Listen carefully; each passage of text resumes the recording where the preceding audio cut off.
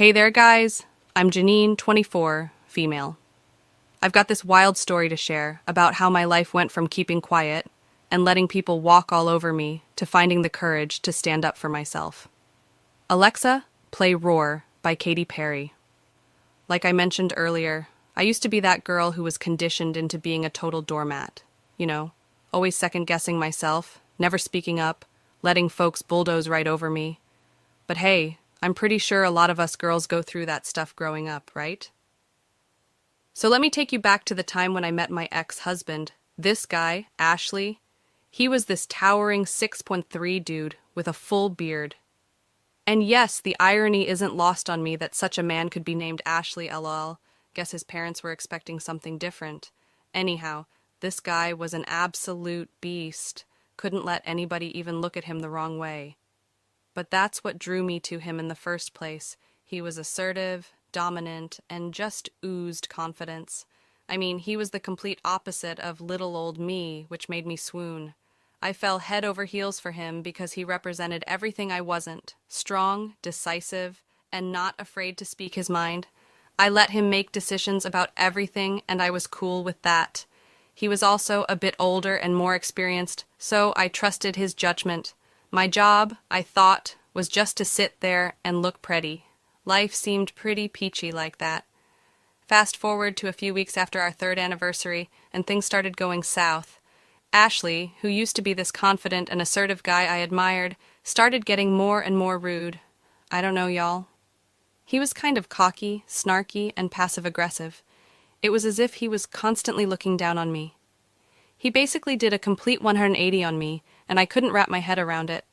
What happened to the guy I fell in love with? I remember this one time when I properly started connecting the dots. "Janine, we really need to talk about these household expenses," he said. "I mean, it's like you're still spending money like a kid in a candy store." "Well, I thought we discussed a budget, and I've been trying to stick to it," I replied. "Trying, huh? It's not rocket science, Janine. It's basic stuff, really." "I thought I was doing okay," I said. "What do you mean, Janine, sweetie? I thought that handling the household expenses was something you were capable of, but I guess I was wrong. Looks like I'll just have to deal with that, too." "Excuse me? I mean, you're just not that good with money. It's actually quite sad." "Come on, Ash. You know I'm trying my best," I pleaded. "Learn, Janine.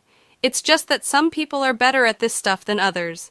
Don't stress yourself out too much. I can clearly see that you can't handle it." "Well, I don't want you to think I'm a burden or anything," I said.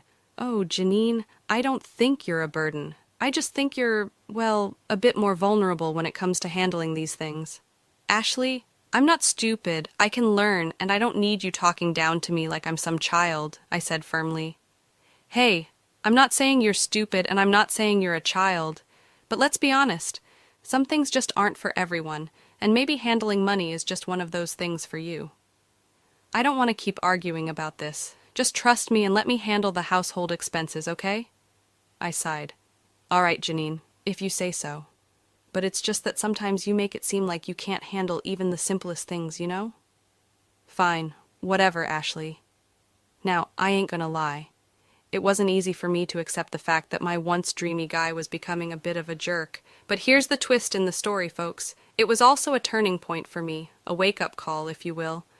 I stumbled upon a flyer at my gym one day, advertising these boxing classes, and you know what? I thought, why not? I mean, what did I have to lose, right? I needed a change, and I needed something to distract me from my crappy husband, and this seemed like the perfect way to step out of my comfort zone. And guess what? I started enjoying those classes like nothing else. My trainer was like a real-life Rocky Balboa, always cheering me on and telling me how proud he was of me. He'd say stuff like, "Janine, you're capable of anything you set your mind to."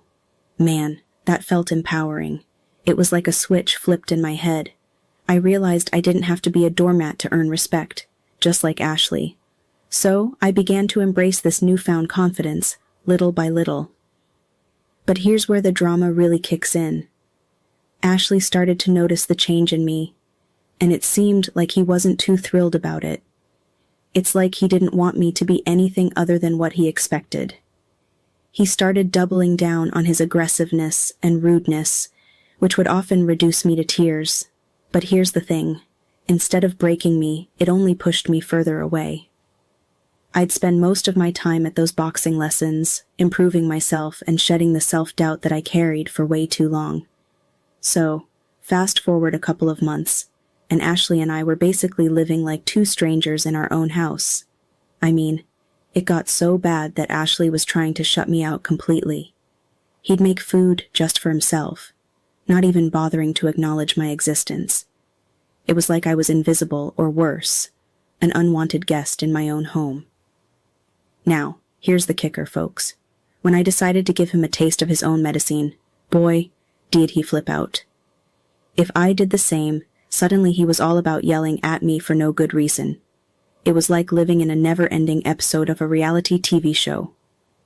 I'll admit, because I'm sensitive at heart, there were a couple of times when Ashley succeeded in his sick and sadistic plan to make me upset. I'd cry or just hop in the car and drive off to cool down somewhere. But more often than not, I stood my ground, which was surprising to both him and me. I wasn't going to be pushed around anymore.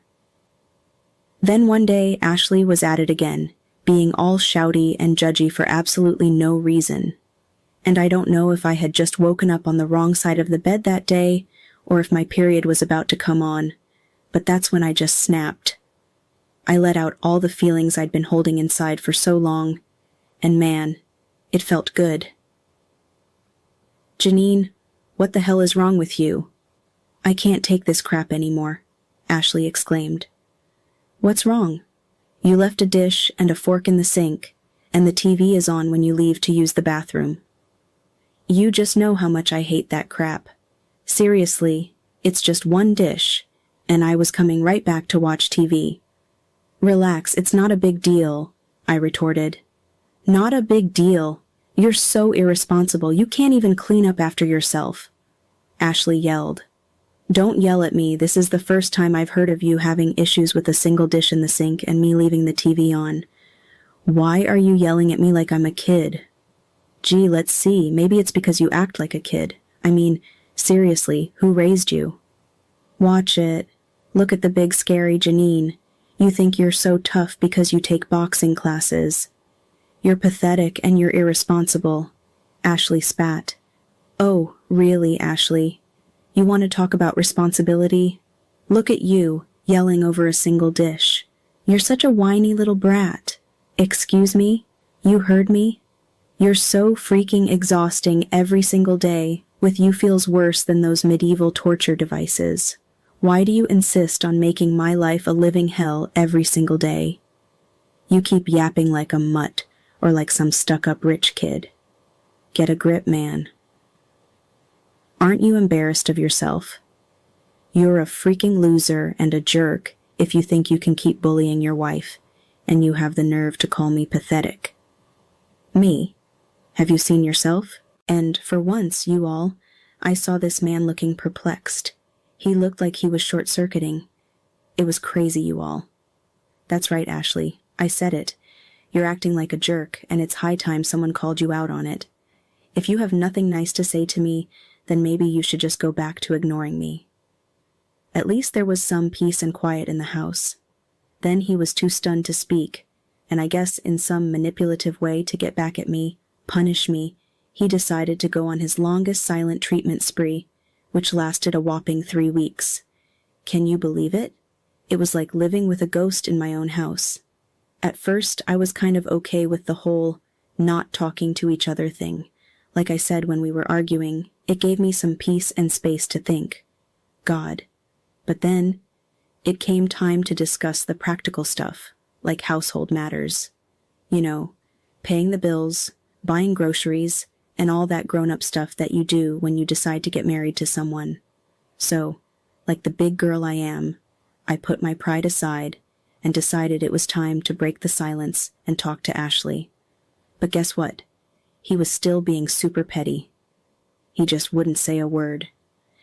It wasn't until the 3rd week of this nonsense that he finally decided to speak up, and oh boy, when he did, it was a bombshell. He told me that his parents were coming to stay with us for about a month. Apparently their house was undergoing some treatments by pest control and exterminators. Why? because they had a full-blown roach infestation, so they decided to put up with Ashley and me for a while. Let me tell you, my stomach did a somersault. Now, you might be thinking, Janine, what's the big deal? In-laws visiting? No problem. But hold on a second, 'cause here's the kicker. My relationship with my in-laws hasn't exactly been sunshine and rainbows. All of it goes back to some drama that went down during Ashley and Ma's wedding. So, just to give you a brief rundown on what happened on my not-so-special day, I was all dolled up in my beautiful wedding dress, and everything was just perfect until, well, Jasper, my father-in-law, decided to do something pretty spectacular. He, ruined my wedding dress. Yep, you heard that right. He wasn't paying attention to where he was going, despite being told many, many times to sit down. I think he was already tipsy at that point, and he managed to step right on the train of my gown and spill his whole wine glass on me. You can probably guess what happened next. I burst into tears, completely distraught, my makeup smudging and looking like a hot mess. I didn't know what to do. Now, you'd think that on a day like that, anyone would cut you some slack, right? Well, not my mother-in-law, Natalie. Oh no, she decided that my tears and the attention I was drawing to myself were completely unnecessary. Like, are you kidding me, lady? So she started shouting at me, which made me cry even harder. Can you imagine? I looked like a mess on my own wedding day. It was awful. We had to delay everything while someone ran to grab a simple wedding dress for me, and we had to get the makeup artist to redo my makeup. Yes, we had to pay double. So instead of being this beautiful and joyous occasion, it turned into a total disaster. Guests were disgruntled. I was depressed, and my in-laws were fuming for whatever reason. Ever since that fateful day, I've tried my best to steer clear of my in-laws. I mean, who wouldn't? I never got an apology for the way I was treated on my special day. It still stings, you know? And when I look back on it, I can't help but realize that Ashley didn't really do much to stand up for me in that situation, despite all the dominant, protective, and macho claims he used to make. So, when he told me that those two demons would be staying with us for a whole month, I almost started hyperventilating. There was no telling what those two were going to do, and with the presence of Ashley as well, it looked like I was going to be thrown into a lion's den. I knew that I had to do something to make sure I was going to be okay in the end. The day the in-laws were set to arrive had finally come, and you can bet I was nervous as all heck. I mean, who wouldn't be? And of course, as soon as they got there, it was like a hurricane of criticism. Natalie, with her eagle eyes, started criticizing everything she laid her eyes on in the house, from the curtains to the carpet. Nothing was spared. Jasper, on the other hand, couldn't resist making snarky, rude comments. He even went as far as reminding me of my traumatizing wedding day. Real classy, right? But wait, there's more. Ashley, my darling husband, decided to join the party too. He'd often egg his parents on and laugh along with their rude jokes and comments. I mean, really? It was like a circus of rudeness, and it was slowly chipping away at me. Even though I was becoming a stronger person and standing up for myself, those words were cutting pretty deep. It's like they knew my vulnerabilities and were poking at them on purpose. This nonsense went on for about a week, and by that point I was already exhausted. I was being forced to cook and clean for everybody, and it seemed like everyone around me was leaving a mess on purpose. It was like they were trying to humiliate me, making me clean up after them as if I was some sort of Cinderella. Well, Janine, I must say, your decorating choices in this house are unique. Yeah, you said that when you first came here, Natalie. Thanks once again. I think our home has character. Character? More like a cry for help, Dad. That's a good one. And remember that wedding dress incident? Such a drama queen, crying over a little issue. How sad. Can we not bring that up? It's in the past. Why are we even talking about it? Oh, hush. It's called reminiscing. Why do you have such a stick up your... I don't have a stick up anything. Oh, well maybe you need something because clearly you're stressed, Ash. Seems like you aren't treating your lady right. Well, how could I pee? I mean, look at her. She really let herself go, and she's only 24. Careful now, or people will think that you abused her and let her get like this. Ha, she's been doing that all by herself.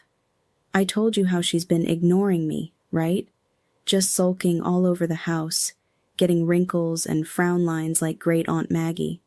No, really, that's not true, Ashley, and you know it. Don't say it like I've been doing this on purpose. You're the one who's been treating me like scum. Even if that were true, you think the solution is to shut me out? What are you talking about? You're the one shutting me out. All of you are just mean and crazy. You always bring up crap that hurts me. Oh my goodness. Are we back at the wedding thing? I told you we were joking. You need to lighten up. Geez. Yeah, Janine. Lighten up. Seriously. Janine. That was hilarious. How could you not laugh? You guys are acting like high school bullies. It's pathetic. Oh, listen to her playing the victim. As always. Victim? More like a loser. Yeah. A loser who can't even handle a little teasing, Ashley. How have you survived this long by the grace of God? Dad, it's all through the grace of God. That's enough. I can't take this anymore. I went upstairs and decided to lock myself in my bedroom to cry for a bit. So after I locked myself in that room and had a good cry, I started tossing things around in frustration. It was like I'd reached my breaking point, and I couldn't take it anymore. And then I had this moment of clarity. I thought, you know what, Janine? You'd rather spend money on a motel than live in this nightmare any longer. So I started rummaging through my drawers, getting clothes and looking for other things I might need while I was away. And guess what I found? The deed to the house. You see, the house we were living in, it belonged to my father. Hence all the unsolicited opinions about the decor from those evil people downstairs. The house was originally mine, but he decided to give it to us as a wedding gift. It had remained in my name for the longest time, even after the wedding. We always meant to get it changed to include Ashley's name on it, but, well, we never got around to it. You know how that honeymoon phase can make you feel all delusional and delirious, right? Just leaving well enough alone and enjoying your life. Because even though the house was technically mine, we certainly didn't feel that way. And we didn't see any rush in getting the deed updated. A stupid oversight on our part, but perhaps it was a blessing in disguise. I had an idea. I decided to come back downstairs and face my attackers. And when they saw me heading back, they started in with their jokes again. But this time, I wasn't having any of it. And that's when Natalie told me, Janine, since you've been away, we've been thinking. We kind of like it when you're not around. You just have this negative energy about you that makes everyone sick. I'm so sorry to say it, but I think it's time for you to leave. Your negativity is affecting everyone and everything here. We want to play happy family with our son, and we haven't seen him in ages. And you're keeping Ashley away from us. Yeah, I second that. You're ruining everything. Yeah, it's getting pretty bad. Sorry, guys, what can I say? I'm living in hell. Then they all burst into laughter like a gaggle of schoolgirls. But little did they know, I had a trick up my sleeve. You know there's no point in voting on whether to kick me out of this house because you guys have no say here. What do you mean? I showed them the deed, which I had been holding behind my back the entire time. I mean, it's my name on the title deed. This house is mine, so I can do whatever the hell I want. Oh, for crying out loud, really, Ashley? You didn't get the deed updated? Well, we were going to save it. You're just as pathetic as she is. At least she's smart. Shut up, Jasper. All right, Toots, what do you want? You want us to stop joking with you? Fine. Actually, I would like for all of you to get the heck out of my house. You can play happy family with your son on the street. Natalie, Jasper, and Ashley looked seriously worried when they realized I wasn't joking about kicking them out of the house. Panic started to set in, and good Lord, did it feel good to see the looks of complete fear on their faces. Ashley seemed desperate. His eyes were darting around, looking at his mommy and daddy for reassurance, as if they could magically change the situation. Jasper attempted some damage control, somewhat apologizing and suggesting that maybe they had taken things too far, and saying that from now on, they wouldn't tease me. But it was too little, too late. He was clearly trying to mend the situation because they were practically homeless, not because he had a single remorseful bone in his body. Natalie, on the other hand, was eerily quiet for once. Too embarrassed to open her mouth about being caught off guard, I guess. Checkmate. She started blubbering out some excuses, saying they were a bit stressed and tired, so perhaps they took things too far. But I wasn't in the mood for excuses. I told them they had 20 minutes to pack up their things and leave. I even added that I'd send some of Ashley's stuff to his new address, assuming they could find one. Ashley started pleading with me, telling me that I was being ridiculous for doing this, but when he saw I wasn't budging, he was getting even angrier, saying that he wasn't going anywhere. And that's when I threatened to involve the cops, and that's when everyone knew for sure that I was being serious. And then Natalie, could you believe it, started calling me evil and demonic for wanting to kick them out with no place to go. Oh, so, when she was kicking me out, where did she think I was going to go? The cognitive dissonance on these people is crazy, I shouted back, calling her disgusting and cursing like there was no tomorrow, which made everybody blush. But I didn't care. These people had the gall to disrespect me in my father's house, and I wasn't having any of it. Eventually, I watched from the window as they awkwardly stood in the driveway, calling an Uber to take them who knows where. And you know what? It felt like a weight had been lifted off my shoulders. When I got bored of seeing them looking pathetic and cold outside, I went on the internet and started searching for divorce lawyers in my area.